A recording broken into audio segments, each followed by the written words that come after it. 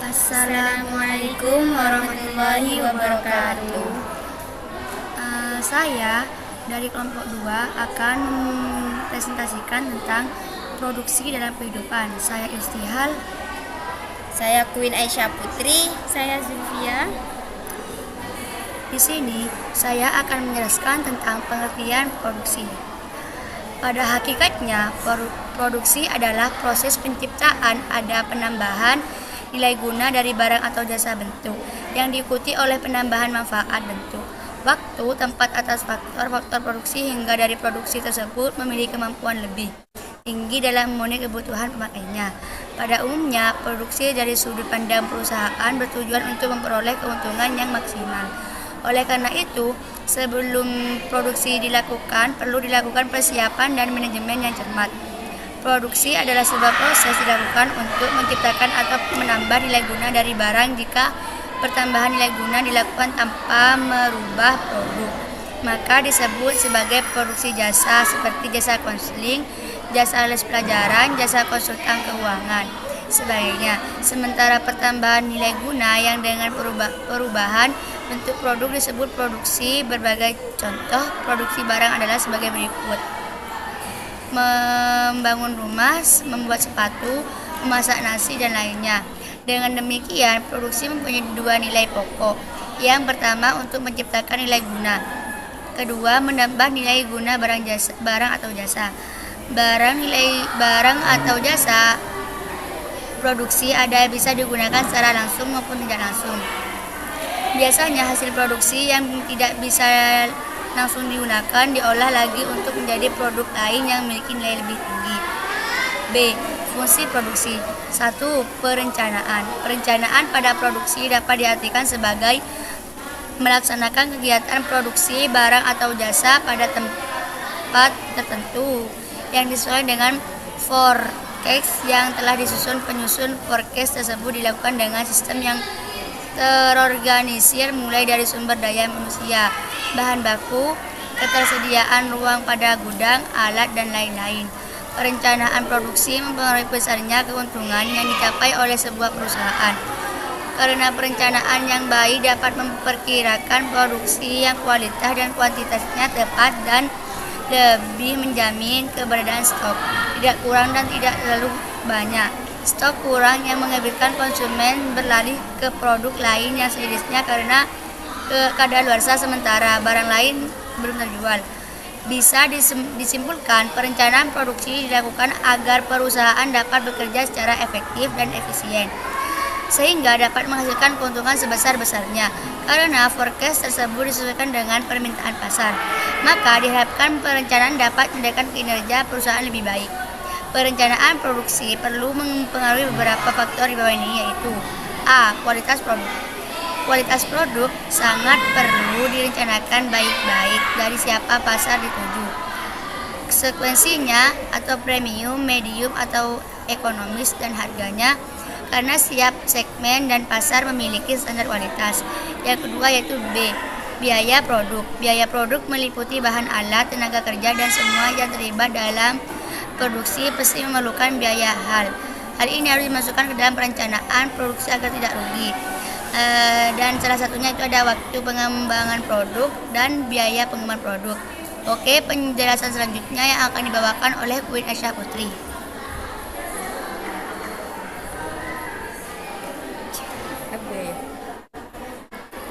B. Fungsi produksi.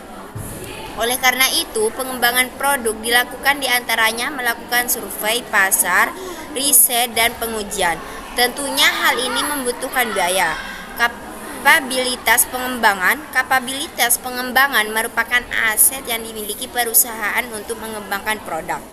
2. Pengolahan. Pengolahan dalam kegiatan produksi merupakan sebuah fase di mana bahan baku diolah menjadi barang mentah, barang setengah jadi, atau barang jadi. 3. Pengendalian atau perawatan. Pengendalian dan perawatan di sini berfungsi untuk mengevaluasi dan mengawasi jalannya produksi agar sesuai dengan perencanaan di dalam perusahaan.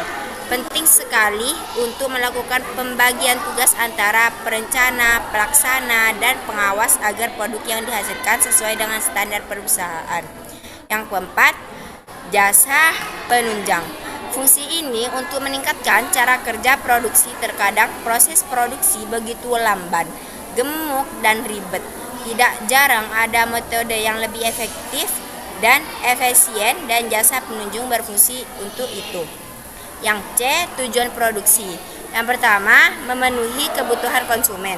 Masyarakat memiliki beragaman kebutuhan yang harus dibutuhkan kebutuhan yang tidak terpenuhi. Mulai dari kebutuhan sekunder hingga tersier dapat menjadikan kehidupan tidak seimbang. Pakaian, makanan dan minuman, tempat tinggal, kesehatan, informasi, komunikasi, gaya hidup, dan lain-lainnya. Sebagainya merupakan contoh konkret dari kebutuhan manusia. Oleh karena itu, produsen memproduksi barang-barang yang dibutuhkan oleh konsumen tersebut dengan cara menciptakan nilai guna atau menambahkan nilai guna. Yang nomor 2, memperoleh keuntungan. Bagi produsen, berproduksi bertujuan agar perusahaan mendapatkan keuntungan. Dengan menciptakan atau memberikan nilai guna pada sebuah produk, produsen dapat mengambil selisih dari harga jual dan biaya produksi. Produk yang dikonsumsi oleh masyarakat dan di produsen mendapatkan pemasukan. Semakin baik perencanaan produksinya, semakin besar keuntungan yang didapatkan. Yang nomor 3, menghasilkan barang setengah jadi. Barang setengah jadi yang diproduksi perlu diolah lebih lanjut sampai dapat dikonsumsi langsung oleh masyarakat. Penjelasan selanjutnya yang akan dibawakan oleh Zulfia Kamelia.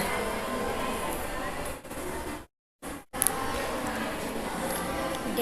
Jenis-jenis produksi. Berdasarkan produk yang dihasilkan, produksi terbagi menjadi beberapa jenis di bawah ini, yaitu A. Produksi ekstraktif. Produksi ini melakukan eksplorasi sumber daya alam tanpa mengubah sifat dan bentuk apapun. Hasil ekstraksi kemudian diserahkan kepada perusahaan lain untuk diolah lebih lanjut menjadi barang baru yang memiliki nilai guna yang lebih tinggi. Contoh, penambangan bahan tambang, penangkapan ikan di laut, dan pengeboran minyak bumi. B.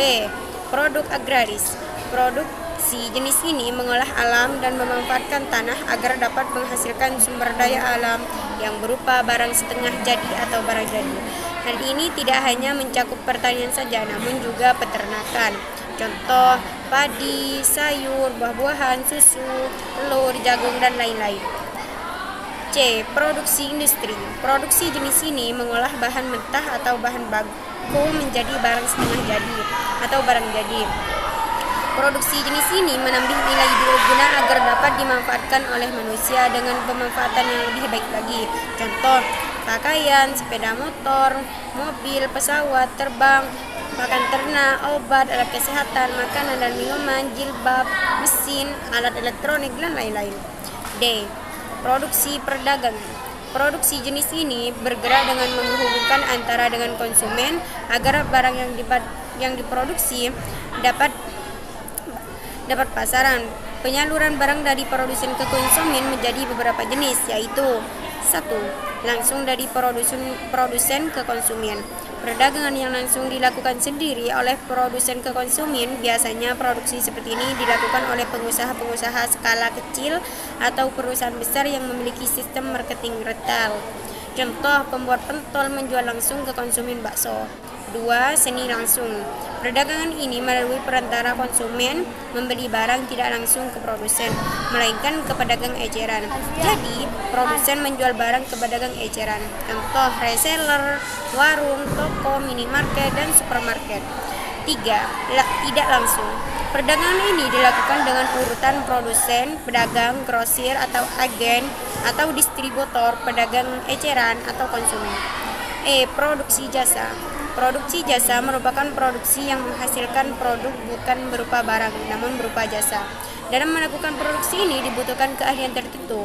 Hasil dari produksi jasa berwujud tidak konkret, tidak kasat mata, dan tidak bisa dipegang, namun keberadaannya dapat dirasakan manfaatnya.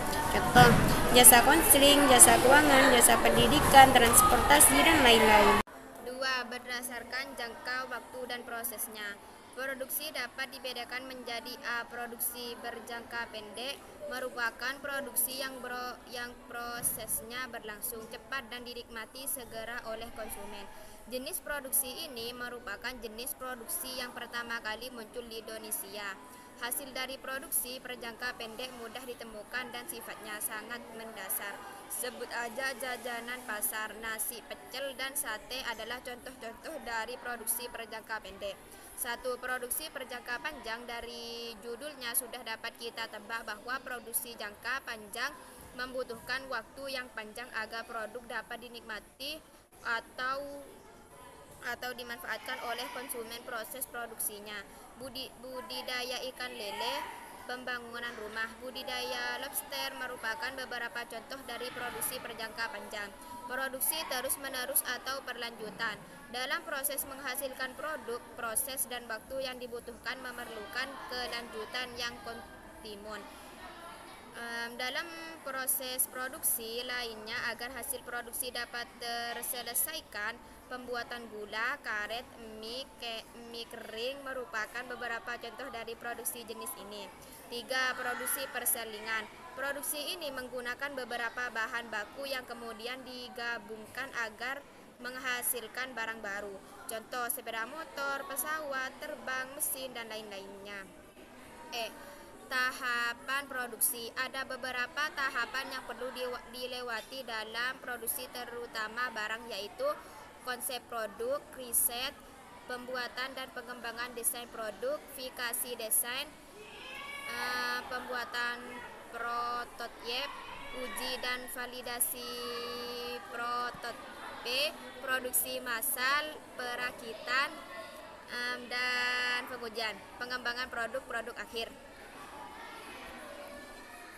Oke, cukup sekian presentasi dari kelompok kami. Kurang lebihnya mohon maaf. Wassalamualaikum warahmatullahi wabarakatuh.